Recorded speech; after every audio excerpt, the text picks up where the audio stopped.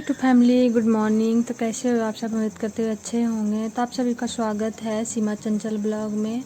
तो आज मैं आप सभी के साथ ना तीज ब्लॉग शेयर करने वाली हूँ, लेकिन मैं तीज कर नहीं पाई किसी कारण के बस। तो आगे ब्लॉग में मैं बताऊँगी क्यों नहीं मैं की तीज। और तो यहाँ पे मेरा सुबह सुबह काम हो गया था घर का। मेरा लगभग झाड़ू पोछा सब घर का क्लीनिंग पूरा कर ली थी। फिर उसके बाद नहा ली।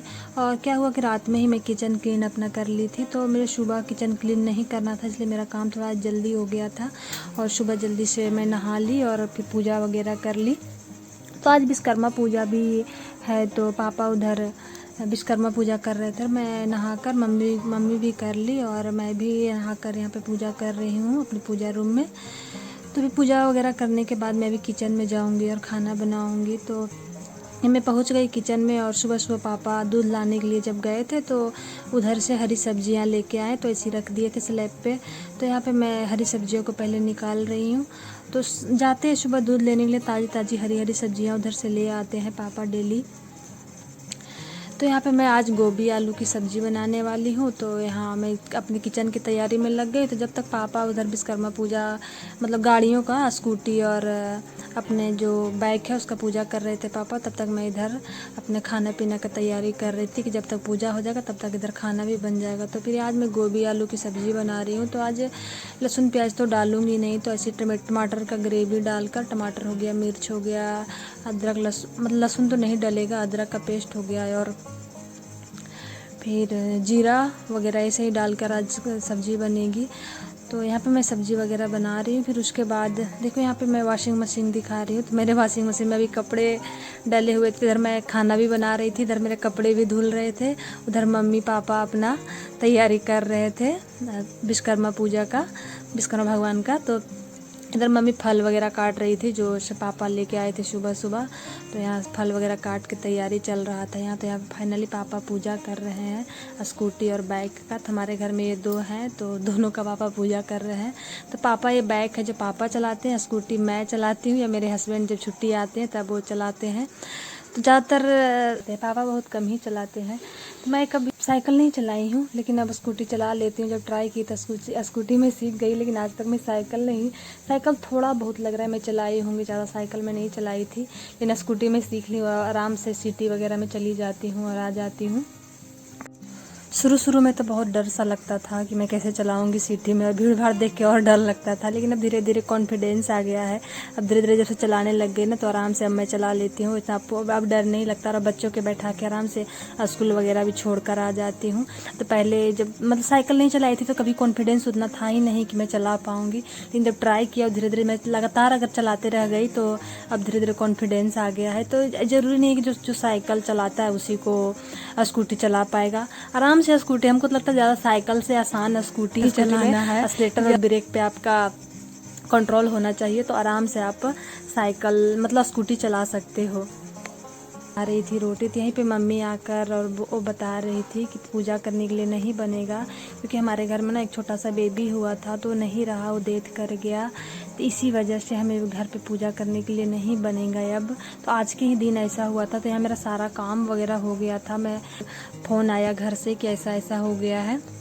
तो इसी वजह से मेरा निर्जला उपवास रहा। मैं मतलब कि नहा के तो खा ही ली थी, नहा तो ली ही थी। तो ऐसे भी तीज छोड़ते नहीं हैं, तो उपवास ही रहा, पूजा नहीं की।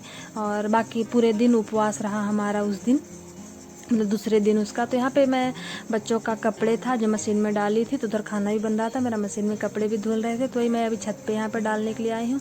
तो जो बच्चे बर्थडे में अपना पहने थे नए नए, धोल कर और छत पे डाल दी सूखने के लिए, और कल लोकर संभाल लूँगी। तो यहाँ पर मैं सिलाई का कुछ आज पूजा वगैरह का तो अब करना नहीं था, तो मुझे मार्केट वगैरह भी जाना था। तो मैं गई नहीं, फिर सोची कि क्या अब जाऊँ मार्केट, अच्छा नहीं लग रहा था। अब की पूजा ही नहीं करना तो क्या लाना सामान वगैरह। तो फिर मार्केट वगैरह नहीं गई। तो क्या घर पे बैठकर मैं ब्लाउज का ना हुक लगा रही हूँ। तो आप सभी से शेयर कर रही हूँ एक ट्रिक कि मैं कैसे लगा रही हूँ। तो यहाँ पे पहले जो काज की थी ना हुक लगाने वाला, तो उसको निशान लगा ली। और यहाँ पे देखो हुक लगाने का आपको ट्रिक बता रही हूँ, जिनको नहीं आता वो आराम से बना सकते हो। तो यहाँ पे सुई, जो मशीन वाली सुई थी ना, उसको मैं दिखा रही थी। और उसको देखो यहाँ पे बराबर उसके हिस्से में ऐसे सुई से जो मोटे पीछे का मोटा पार्ट होता है ना, उससे मैं इसको अच्छे से अंदर डालकर मतलब इसका छेद कर दी, इसमें बड़ा हॉल बना दी और उसके बाद देखिए हुक घुसाकर और इसे पलट दी इसको।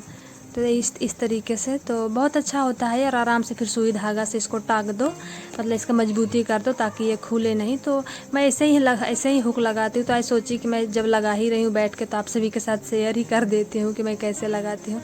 तो बहुत आराम से हो जाता है और निकलता भी नहीं, और आराम से बाद में इस पर आप टक भी कर सकते हो, मतलब सुई धागा से आराम से आप टक कर देगा इसका, तो बहुत अच्छा ही हो जाता है।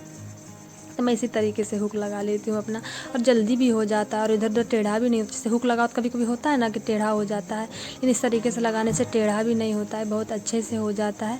तो मैं क्या है कि मैं कभी सिलाई कहीं सीखी नहीं हूँ। मैं सिलाई यूट्यूब द्वारा सीखी हूँ। मुझे सिलाई का बहुत शौक़ था, तो बस मैं शुरू से ही शौक़ था, लेकिन किसी कारण बस सीख नहीं पाई, क्योंकि जब मायके में थी तब पढ़ाई हो रही थी। तो पढ़ाई होते होते शादी ही हो गई, फिर ससुराल आई तो बच्चे हो गए। फिर मुझे सिलाई का मतलब शौक़ था, तो वो मैं सीख ही नहीं पाई। तो फिर मैं जब इनके साथ पहली बार हस्बैंड के साथ गई थी ना, तो उधर ही मैं सीखी नहीं फिर भी, लेकिन मैं उधर इनके साथ रहती, तो खाली टाइम पे रहते, मैं और मेरा बेटा रहता था और खाली टाइम मेरे पास रहता था। तो मैं वहाँ पे यूट्यूब पे देखकर और सिलाई सीखना कोशिश की थी। मैं क्या की थी, इंची टेप वगैरह ले आई थी, और मतलब जो पूरे सिलाई का जो सामान होता है, और पेपर पे कटिंग किया करती थी। पहले शुरू अलग अलग डिज़ाइन का ब्लाउज कट करती थी पेपर से, और सिर्फ कटिंग ही करती थी, क्योंकि वहाँ मशीन वगैरह था नहीं मेरा, तो मैं कटिंग ही करती थी, सिर्फ वहाँ पर ट्राई किया करती थी। तो इस तरीके से मैं कटिंग करते करते फिर 2019 में मैं जब घर पे यहाँ पे आई थी, यहाँ पे मेरा सिलाई मतलब अपना खुद में आके अपना सिल लेती हूँ, किसी और का तो नहीं सिलती मैं, लेकिन खुद सिल लेती हूँ। कभी कभी बिगड़ भी जाता है, कभी कभी अच्छा भी बन जाता है।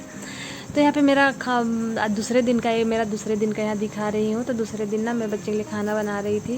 तो जैसे पापा थे नहीं, पापा गांव चले गए थे, तो सुबह सुबह मुझे बच्चे को स्कूल छोड़कर वो घर चले गए।